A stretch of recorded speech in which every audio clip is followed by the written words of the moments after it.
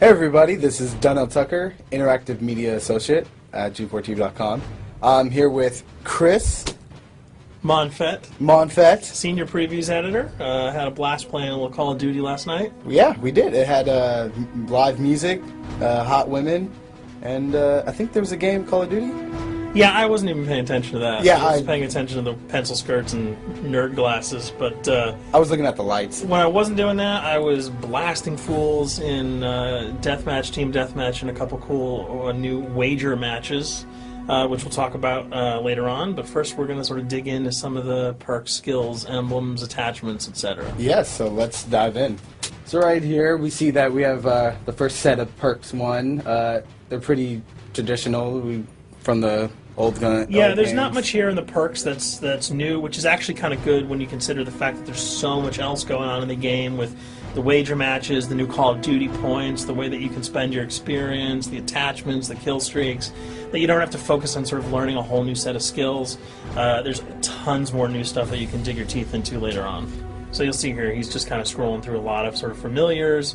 There's some of the sort of old favorites have been renamed, but for the most part, everything you've known and played in other Call of Duty games are here. So you'll see here when you go back to lethal, you got your frag and your semtex. Those are pretty everyday equipment.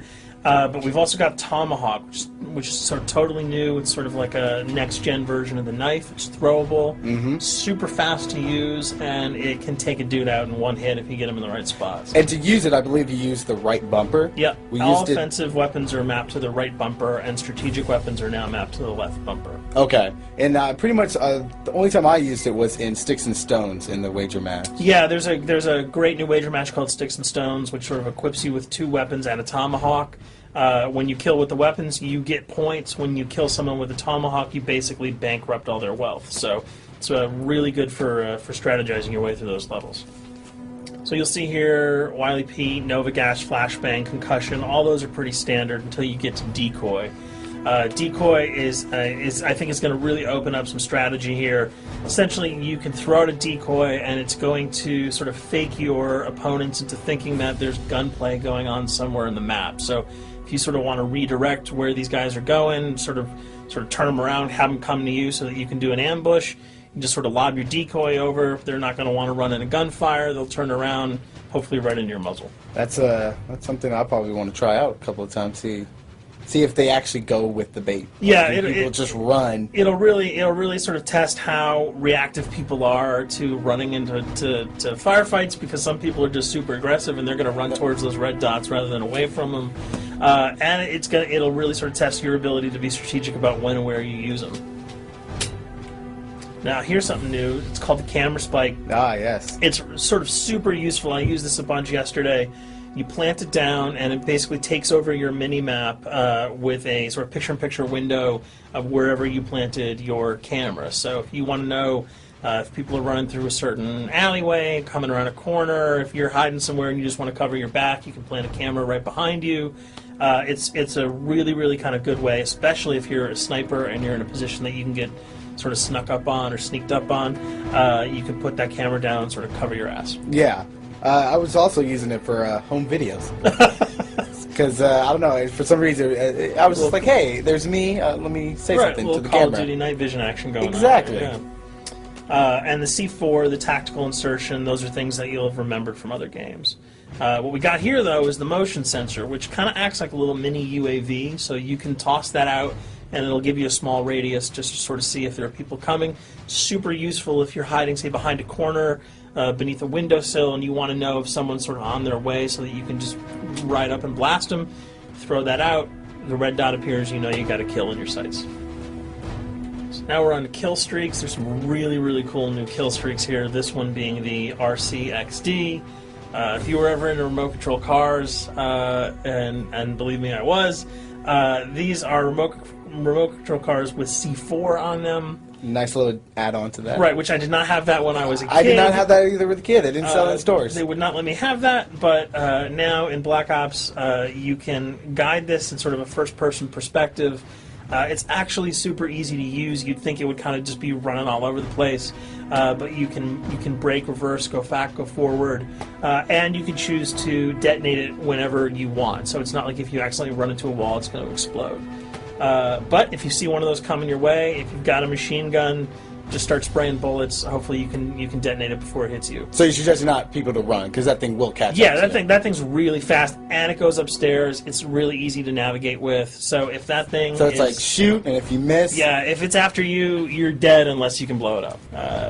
Counter spy plane, that's basically a revamped version of the UAV. That's nothing new. This, however, the SAM turret... SAM turret, which I like really much, because it destroys...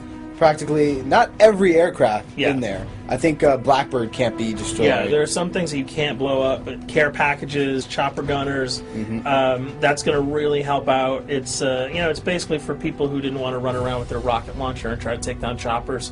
You can sort of plant that in hopefully like a high position that has good angles on the sky, and hopefully it'll take out some of the things that are blowing you and your friends away. Now you'll see care package, napalm strike, sentry gun, mortar team. Those are all things you're pretty familiar with until we get down to Valkyrie rockets. These are remote-controlled rockets, a little bit kind of like the RCXD. These are a little bit more sensitive, though. They're going to do a lot more damage if you can hit your enemies or you throw them into a group of people. But they're fast, you can't put the brakes on them, and if you hit something, those things are going to blow up.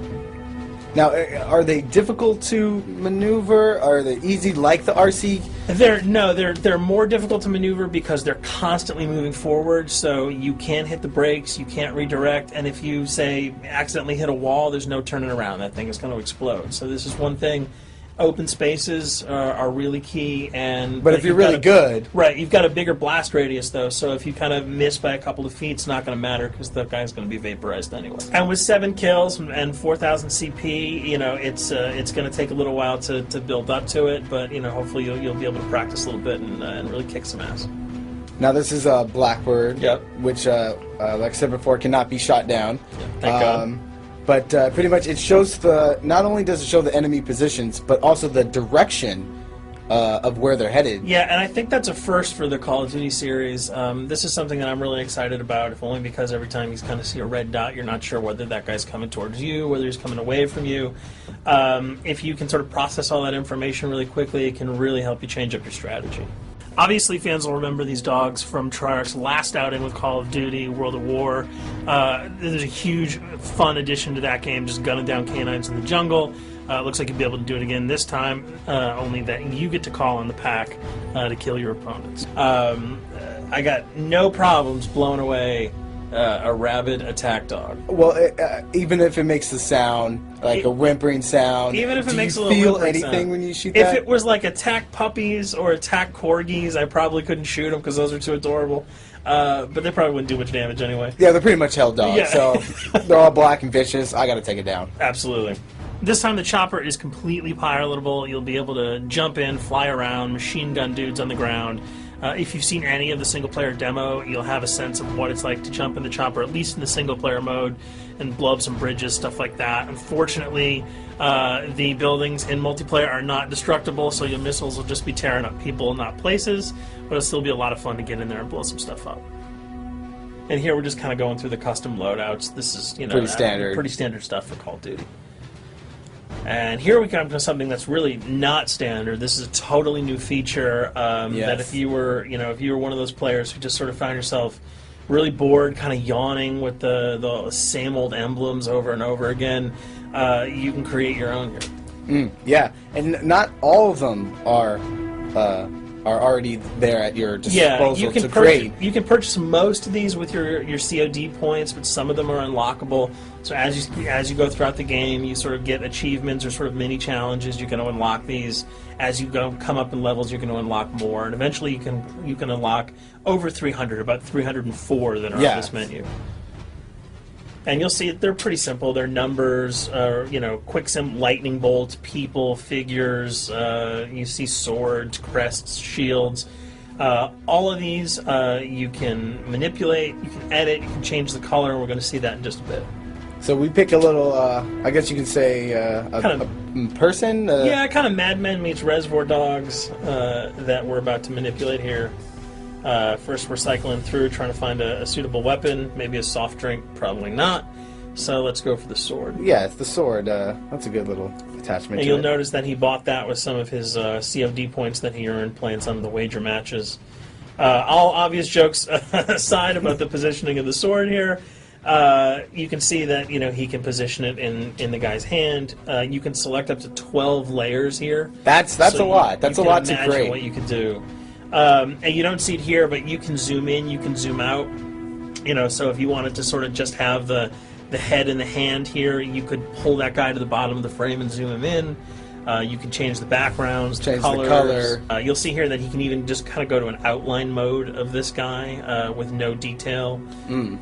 So there's tons and tons of customizable stuff. And you'll see it appears in your little player card at the bottom.